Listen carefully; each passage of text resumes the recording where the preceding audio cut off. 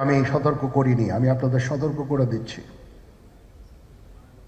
আপনারা যদি নিজেদের মধ্যে ভেদাভেদ ভুলে একসাথে কাজ না করতে পারেন, নিজেরা যদি কাদা ছোড়াছুড়ি করেন, মারামারি কাটাকাটি করেন, এই দেশ এবং জাতির স্বাধীনতা সার্বভৌমত্ব বিপন্ন হবে।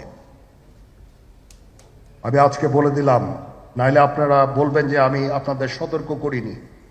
আমি সতর্ক করে দিচ্ছি আপনাদের। আমার অন্য কোনো আকাঙ্ক্ষা নাই, আমার একটাই আকাঙ্ক্ষা, দেশ এবং জাতিটাকে একটা সুন্দর জায়গায় রেখে ছুটি করা। I had enough. Was last 7-8 months I had enough. আমি চাই দেশ এবং জাতিকে একটা সুন্দর জায়গায় রেখে আমরা সেনানিবাসে ফেরত আসবো। আরেকটা জরুরি বিষয় যেটা আমি ভাবলাম যে আপনাদের সাথে আমি শেয়ার করি। দেশের এই আইন শৃঙ্খলা পরিস্থিতি খারাপের পিছনে কিছু কারণ আছে। প্রথম কারণটা হচ্ছে যে আমরা নিজেরা হানাহানির মধ্যে ব্যস্ত, একজন আরেকজনের বিরুদ্ধে বিষোদ্গারে ব্যস্ত।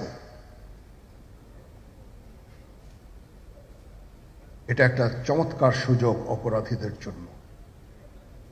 যেহেতু আমরা একটা অরাজক পরিস্থিতির মধ্যে বিরাজ করছি, তারা খুব ভালোভাবেই জানে যে এই সময় যদি এই সমস্ত অপরাধ করা যায় তাহলে এখান থেকে পরিত্রাণ পাওয়া সম্ভব।